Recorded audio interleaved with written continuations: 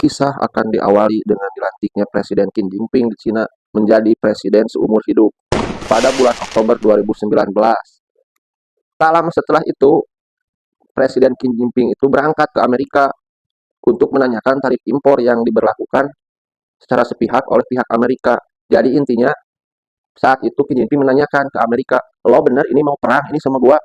Nah seperti itu, dan Amerika pun menjawab, iya. Nah setelah pulangnya Xi Jinping dari Amerika, tak lama setelah itu, Cina secara resmi meluncurkan jaringan 5G dan berhasil mengembangkan teknologi AI. Oh my God!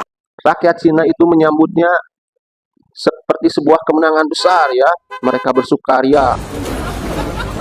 Namun di belahan Eropa dan Amerika, khususnya anak rantau Cina ini, itu mendapatkan tindakan rasisme yang tinggi setelah tanggal 1 November itu. Jadi tingkat rasisme di Eropa dan Amerika itu sangat tinggi ya. Tidak hanya terhadap orang kulit hitam saja, tapi juga ke orang-orang Asia, khususnya yang bermata sipit, maaf ya.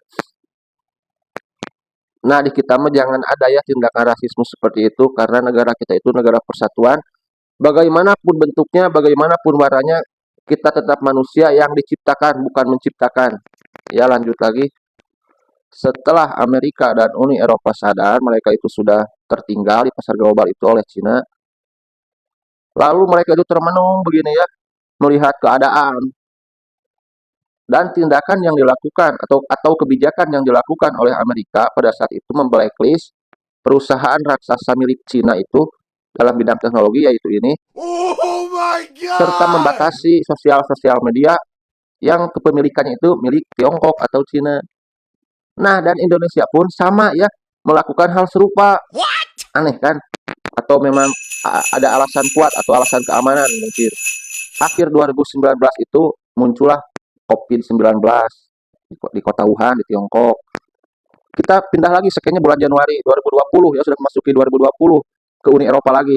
Khususnya yang merasakannya itu adalah para investor-investor yang ada di benua Eropa dan Amerika. Karena pada saat itu tidak bisa dipungkiri juga banyak investor-investor yang rugi besar atau sudah tidak ada harapan lagi untuk melangkah jauh ke depan. Seperti halnya dirasakan oleh orang-orang ini. Mereka mundur dari jabatannya setelah sekian puluh tahun mengembangkan perusahaan tersebut. Atau ada juga perusahaan-perusahaan yang berkolaborasi menjadi satu. Di sini itu kita bisa mengambil poin penting ya, atau slogan, karena dalam dunia bisnis itu sudah hal biasa, seperti itu sudah lumrah. Meskipun kita tetap diam, tapi kalau badai menerjang, kita akan tetap ikut arus itu. Great job. Dan yang selamat sudah jelas, yang bisa naik dari arus tersebut. Seperti keluar angkasa, seperti orang ini. Dia mengembangkan proyek keluar angkasa, meskipun tadinya itu mungkin untuk menutupi malunya karena kalah perang dagang.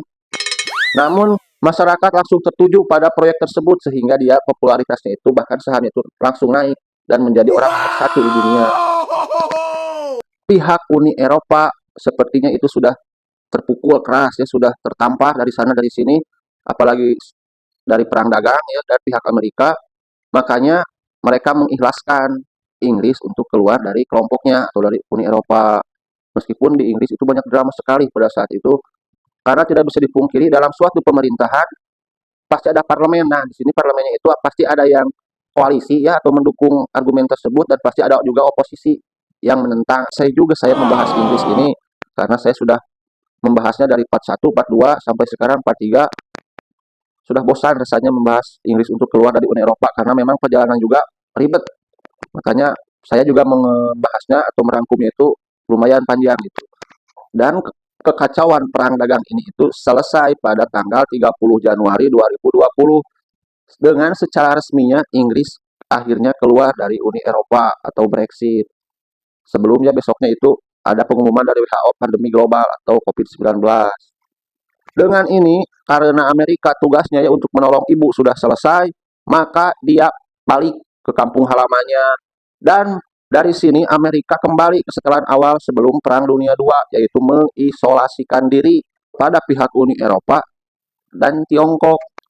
Jadi setelah tanggal 30 Januari itu, tahun 2020, Amerika itu mengisolasikan dirinya dari Uni Eropa dan Tiongkok dengan ditandai dengan penarikannya pasukan sekitar ratusan ribu dari wilayah Uni Eropa dengan alasan keamanan pada saat itu. Dan di negaranya itu aturan super ketat diberlakukan khususnya terhadap visa ya. Lalu dengan aturan impor itu diperketat khususnya untuk dari barang yang masuk dari Cina dan Uni Eropa. Jadi Amerika ini itu sadar ya, tahan harga sih sebenarnya. Dengan ini maka sistem perekonomian global ini ya segitiga ini itu berubah dengan tersingkirnya salah satu kontestan yaitu Amerika. Jadi tinggal dua lagi ya yang perang dagang antara Cina dan Uni Eropa. Namun karena Uni Eropa dan Cina itu ya sebelumnya sudah menjalin kerjasama dengan banyak negara, khususnya kepada pihak Timur Tengah, maka setelah Amerika tersingkir, Timur Tengah masuk atau segitiganya itu bergeser sedikit ke arah timur, yaitu ke Timur Tengah. Nah, kalau ini mah sepertinya tidak akan ada perang dagang, sebab ketiga kontestan ini itu saling membutuhkan, khususnya dalam bidang minyak. Makanya ya setelah kejadian ini itu, banyak negara-negara di bagian dunia bagian timur khususnya, yang sepertinya itu mengejek atau menunjukkan kepada Amerika bahwa, nih gua juga punya senjata seperti ini. Jadi gitu. Sudah ya membahas perekonomian globalnya sampai sini. Langsung kita membahas keadaan negara tercinta kita ini Indonesia pada periode 2016 ya. Saya menyinkronkannya dengan keadaan Brexit pada saat itu. Apa yang kalian ingat pada tahun 2016 itu? Pada periode pertama Pak Jokowi menjadi presiden, kebetulan itu kebetulan sekali. Ya tidak ada ya, tidak ada kejadian-kejadian yang bikin kecewa kepada rakyat Indonesia pada periode pertama Pak Jokowi menjadi presiden. Mungkin ada sebagian kelompok, sebagian orang yang kecewa itu Omnibus Law atau perumusan undang-undang pada saat itu. Namun saya tidak akan membahasnya karena banyak yang pro-nya daripada yang kontranya terhadap Omnibus Law ini ya. Jadi langsung saja kita membahas pada saat itu Pak Jokowi itu lagi genjot-genjotnya membangun infrastruktur karena pada saat itu juga pada periode 2016, 2017 sampai 2018 itu Indonesia kebetulan menjadi tuan rumah untuk Asian Games. Lalu ada lagi pembangunan tol Trans Jawa dan Trans Sumatera itu yang paling bikin wah gitu ya, bikin masyarakat itu terguncang hatinya. Dan dana desa ya pada saat itu ada Pak Jokowi meluncurkan dana desa. Jadi masyarakat itu sangat gembira, apalagi suksesnya Asian Games di Palembang dan Jakarta. Meskipun banyak juga pada tahun 2018 itu ya, banyak juga rentetan bencana alam di Indonesia yang besar itu ya. Saya kasih tahu ya, yaitu yang pertama gempa Lombok pada tahun 2018, tepatnya bulan Juli sampai Agustus, dengan memakan korban jiwa sekitar 500 orang meninggal dunia. Yang kedua itu adalah gempa tsunami dan pergeseran tanah di Palu dan Donggala. Ini yang terbesar ya, sekitar memakan korban jiwa lebih dari 4.000 pada saat itu. Dan terakhirnya itu pada bulan Desember 2018 juga, yaitu gempa tsunami Selat Sunda akibat letusannya anak Gunung Krakatau. Respon Pak Jokowi saat itu cepat, sangat sigap dia itu pas bencana langsung datang, pas bencana di sini langsung datang ya. Tidak ada masalah apapun kepada rakyat Indonesia, takjub pokoknya. Nah, puncaknya itu pada bulan Oktober 2018 sebelum ada gempa di Selat Sunda ya. Ketika itu ada pertemuan IMF dan Bank Dunia di Bali. Di sini nih menjadi titik balik nama Pak Jokowi itu. Pidatonya itu sangat bagus ya dan menjadi sorotan utama, menjadi topik hangat pada saat itu.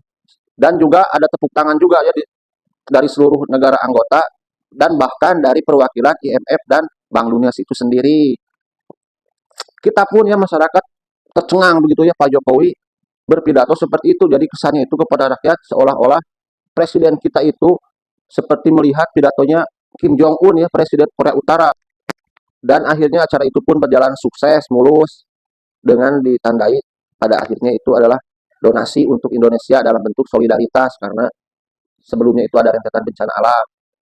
Lanjut lagi kita memasuki 2019. Pada periode itu Indonesia disibukkan dengan proses pemilu ya, kampanye di mana-mana, sana sini, demo di sana di sini begitu. Setelah bulan Oktober 2019, Pak Jokowi dilantik lagi untuk menjadi presiden yang kedua kalinya atau periode kedua Pak Jokowi. Dan di sana pun program Pak Jokowi itu yaitu menggenjot pembangunan lagi, yaitu pada 2019 di saat negara lain lagi kacau, Indonesia malah membangun sana sini. Dan bahkan di tahun itu pula ya, di tahun 2019 itu pula Indonesia dijuluki menjadi negara tersantai